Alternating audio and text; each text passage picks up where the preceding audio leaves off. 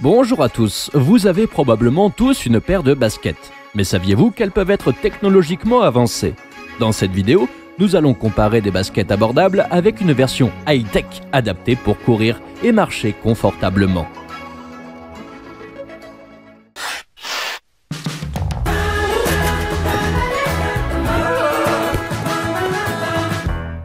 Nous avons deux modèles de chaussures de course à comparer. Ce sont des baskets de qualité ordinaire et voici les baskets les plus avancées technologiquement de marques connues. Tout d'abord, nous allons faire une comparaison visuelle avec le test de flexion. La chaussure blanche se déforme autour de l'extrémité des orteils. C'est assez évident car le pied humain se plie à la base des orteils. La basket bleue par contre se déforme en plein milieu pour une raison quelconque. Ici, vous pouvez voir la différence. À l'intérieur de la basket blanche, nous voyons une zone avec des creux spéciaux. Peut-être sont-ils nécessaires pour éviter la déformation. Nous avons immédiatement remarqué la présence de plis après avoir plié nos échantillons. L'aspect futur des chaussures en dépend. Les baskets bleues sont en filet et les autres parties sont en cuir synthétique. Les baskets blanches sont presque entièrement fabriquées en double filet avec des trous de forme spéciale. Ceci est fait pour réduire la quantité de plis lors de la flexion et améliorer la ventilation.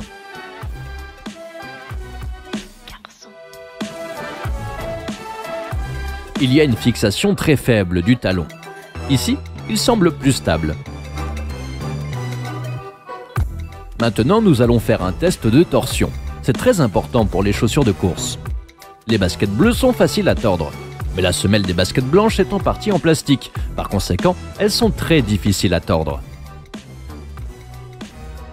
Afin de voir tous les avantages cachés de ce modèle, nous devons le découper. Mieux vaut fermer les yeux, même pour nous c'était trop dur.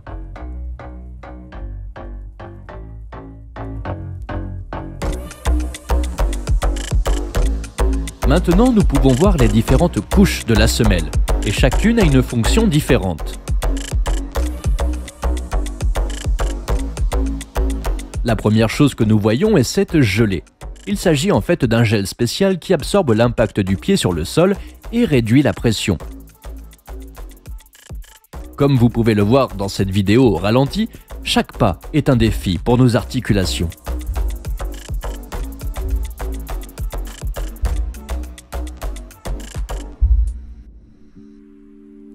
Le gel se trouve juste sous le talon et à l'extérieur. La plupart des gens s'appuient sur le côté du talon en courant.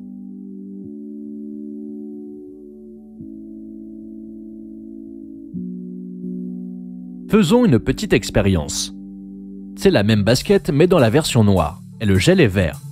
C'était difficile de le sortir et de l'enlever de la mousse qui se trouve sous le talon. Ensuite, nous prenons un œuf de caille et essayons de le faire tomber sur le gel d'un demi-mètre de haut. Waouh, le gel a encaissé le choc et l'œuf ne s'est pas cassé. Sous ce gel se trouve une mousse souple, et ensemble, ils rendent l'atterrissage plus doux et la pression sur le talon plus légère. Vous pouvez voir ici les creux où les plis se formeront lorsque la mousse se déformera. Sur les baskets bleues, la déformation était moins visible. D'ailleurs, nous les avons aussi coupées. Mais nous n'avons pas trouvé d'autres couches.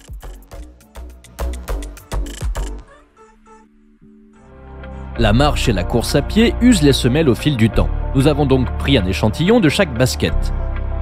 L'utilisation d'une pierre à aiguiser a constitué un mécanisme intéressant pour tester l'abrasion des semelles. Nous avons testé chaque échantillon pendant 5 minutes.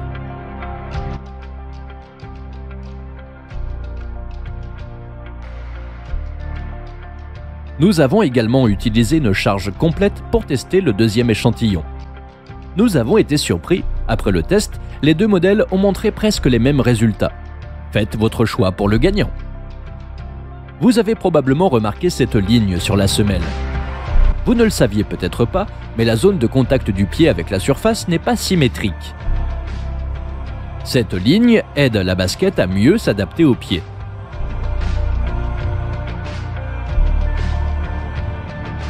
Dans la coupe longitudinale de la basket, nous avons remarqué un autre détail qui se trouvait juste sous le gros orteil. Nous avons commencé la procédure de retrait de cette pièce. Et là, nous avons trouvé un gel qui est utilisé pour protéger les articulations du gros orteil. Les chevilles de nombreuses personnes s'inclinent vers l'intérieur lorsqu'elles courent. Et donc, pour corriger cela, les ingénieurs ont installé une mousse plus dense à l'intérieur de la basket.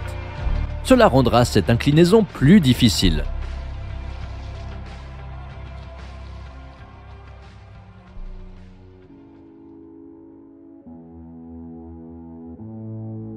Cette technologie, ainsi que le support en plastique, empêche votre pied de trop se pencher vers l'intérieur.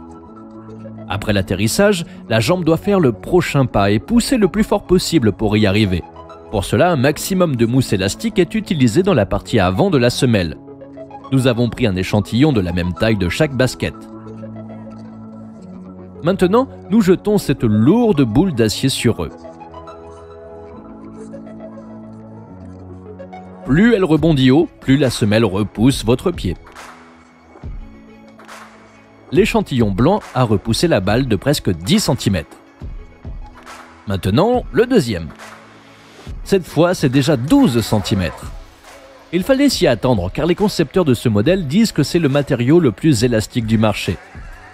Toutes ces technologies sont bonnes, bien sûr, mais fonctionnent-elles dans la vie réelle? C'était le moment du test principal. Nous avons enfilé 2 baskets différentes et sommes allés courir. Dès les premiers pas, j'ai pu sentir que les chaussures blanches fixaient correctement le pied. Plus je courais, plus je sentais la différence de confort. Après avoir couru 2 km, le talon de la basket bleue était déjà plus fatigué. À ce moment-là, le pied de la chaussure blanche était prêt pour une nouvelle course. J'avais l'habitude de penser que les baskets que j'aimais ne pouvaient différer des autres que par leur design, leur prix et leur durabilité. Mais en réalité, c'est comme comparer un vieux camion à une Mercedes. Les deux peuvent rouler, mais la sensation est complètement différente. Nous ne disons pas que de telle ou telle basket est mauvaise. Comprenez simplement qu'une bonne chaussure peut être plus confortable et plus sûre grâce à des décisions de conception réfléchies. Si vous avez aimé cette vidéo, merci de la liker et de vous abonner à la chaîne.